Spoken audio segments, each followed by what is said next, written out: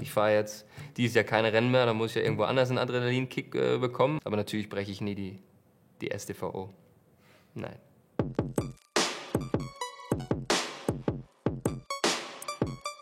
Hallo GQ, ich bin Nico Hülkenberg und das sind meine 10 Essentials. Ich glaube, das war ein One-Taker.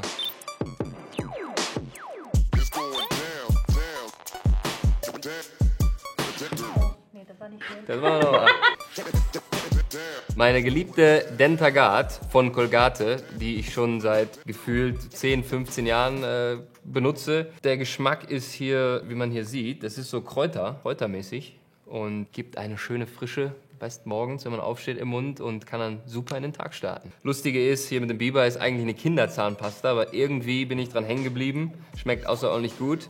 Ist aber ein bisschen Problem in der Beschaffung, weil da, wo ich wohne, gibt es die nicht. Und selbst in Deutschland muss ich echt immer suchen und kämpfen. Teilweise gibt es Aufträge an meine Cousinen, die wirklich in Müller gehen müssen. Müller sind die einzigsten, die sie teilweise noch haben. Und das ganze Regal leer räumen und mir dann nach Südfrankreich per Post schicken. Und dann habe ich wieder für 6 Monate Ruhe. Weiter geht's natürlich morgens mit dem Smartphone, in meinem Fall hier mit meinem sehr geliebten Samsung Fold. Wer kennt das nicht? Morgens erstmal die Nachrichten checken, in der Regel über Nacht eine Flut an WhatsApps, die man dann mal durchforsten muss. Und was natürlich richtig praktisch ist an diesem großen Display ist hier, ich bin ja Vater neuerdings und oft unterwegs und hier kann ich dann die Bilder super anschauen. Meine Kleine hier, wie sie schläft, Engel, aber tags oder nachts über dann nicht mehr. Hier ganz verliebt, und kann ich dann immer gut in Erinnerung schwelgen.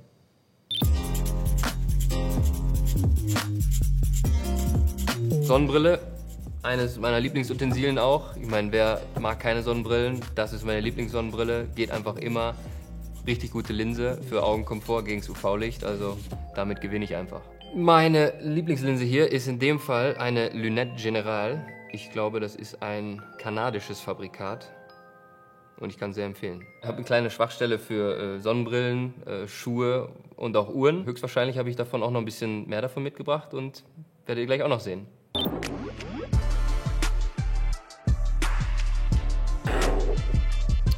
Ein guter Geruchsdiesel, immer ganz wichtig dabei zu haben. In dem Fall hier einer meiner Lieblingsparfum, Tuscan Leather von Tom Ford. Den Duft beschreibe ich. Tuscan Leather, der Name sagt es ja schon so ein bisschen, also so ein bisschen gebrauchtes Leder, so ein bisschen smoky, so ein bisschen rockig. Ja, wie so ein abgewetzter Rocker, so ein bisschen. Aber gut. Bin daran hängen geblieben, richtig guter Stoff, würde ich euch mal empfehlen, die Nase mal dran zu halten.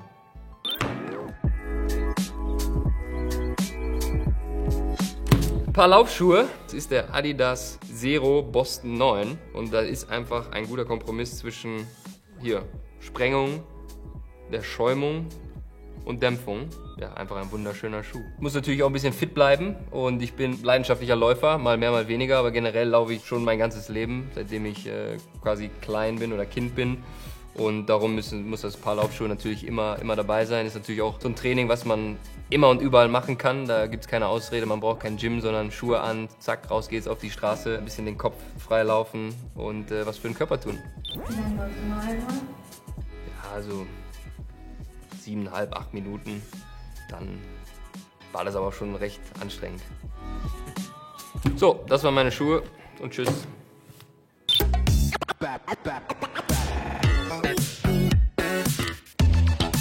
Autoschlüssel, in dem Fall ist das ein Elektrosmart, der ja, in Monaco unheimlich praktisch ist, wendig, klein.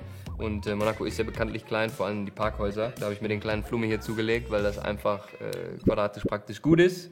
Ist natürlich ein sehr kleiner Staat. Monaco geht auf 2 Quadratkilometern, von daher brauchen wir ihn nicht vergleichen mit Deutschland. Aber die sind da recht weit fortgeschritten, pushen das Thema sehr und wir haben sehr, sehr viele High-Voltage-Ladestationen. Und privilegiertes Parken auch. Ja, coole Kiste.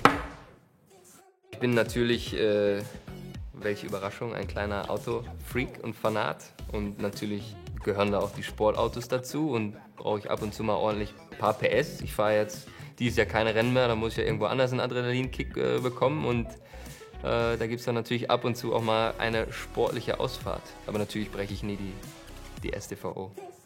Nein.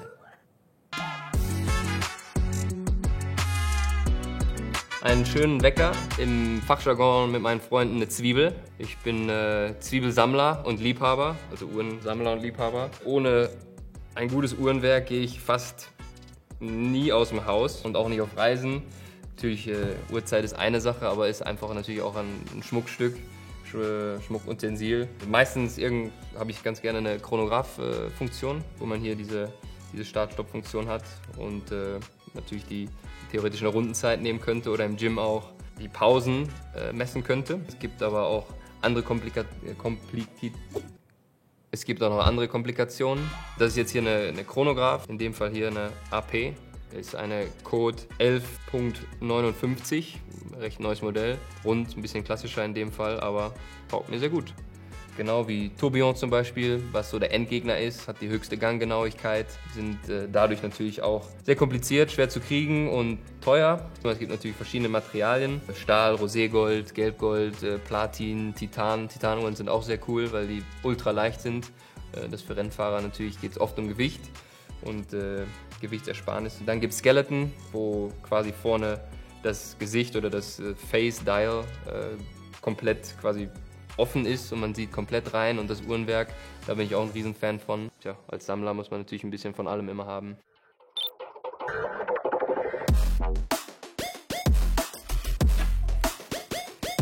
Eine Kacktüte als Hundebesitzer. Wir haben hier den kleinen Zeus, ein kleiner Pomeranian, ist das schon sehr wichtig. Mal eine kleine Story passiert, da wir viel fliegen und ein kleiner Hund, auch deswegen, weil er natürlich mit in den Flieger kann, sind wir irgendwo mal hingeflogen. Wir sind zwischengelandet in Zürich und im Terminal hatte der Zeus dann doch recht viel Druck verspürt, aber es gab keine Kacktüte und da musste ich irgendwo hingehen, Papier oder eine Serviette organisieren und seitdem habe ich immer eine Kacktüte dabei. Der Zeus, den haben wir jetzt fast 2,5 Jahre. Er wird aber 3, im Dezember wird er 3. Er kriegt in der Regel zum Geburtstag einen schönen dicken Knochen. Da gibt es auch gute Fotos dazu, wie der kleine Mann mit so einem riesen Knochen im Mund da steht und sich freut wie Bolle. Er hat einen Instagram-Account, der wird größtenteils oder eigentlich nur von der Mama gesteuert und bedient und er ist Familienmitglied natürlich und so ein Hund wächst einem so schnell ans Herz, kommt fast überall mit hin, ist fast wie mit dem Kind, denn wenn man weggeht, wo geht er hin oder nimmt man doch mit, da gibt es dann natürlich immer riesen Diskussionen, bis wir dann die Lösung finden.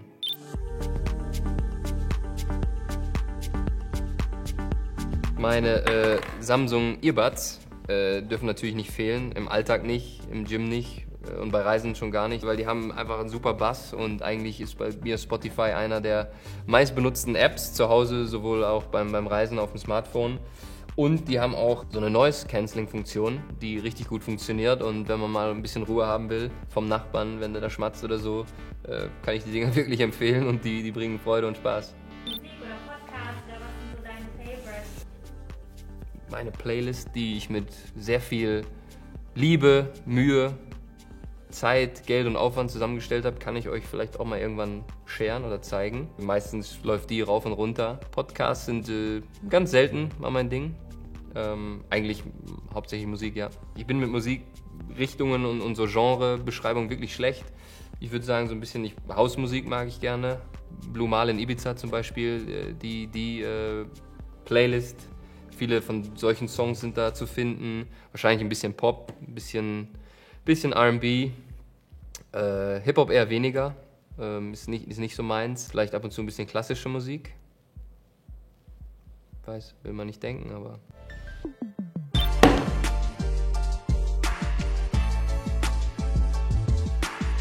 So, und natürlich ganz wichtiges Utensil, Rennfahrerschuhe. Ich bin ja bekanntlichermaßen so ein bisschen der Super Sub aus der Formel 1. Wenn es irgendwo brennt oder Corona gibt, komme ich angeflogen oder gefahren und muss schnell in meine Schuhe steigen und Gas geben.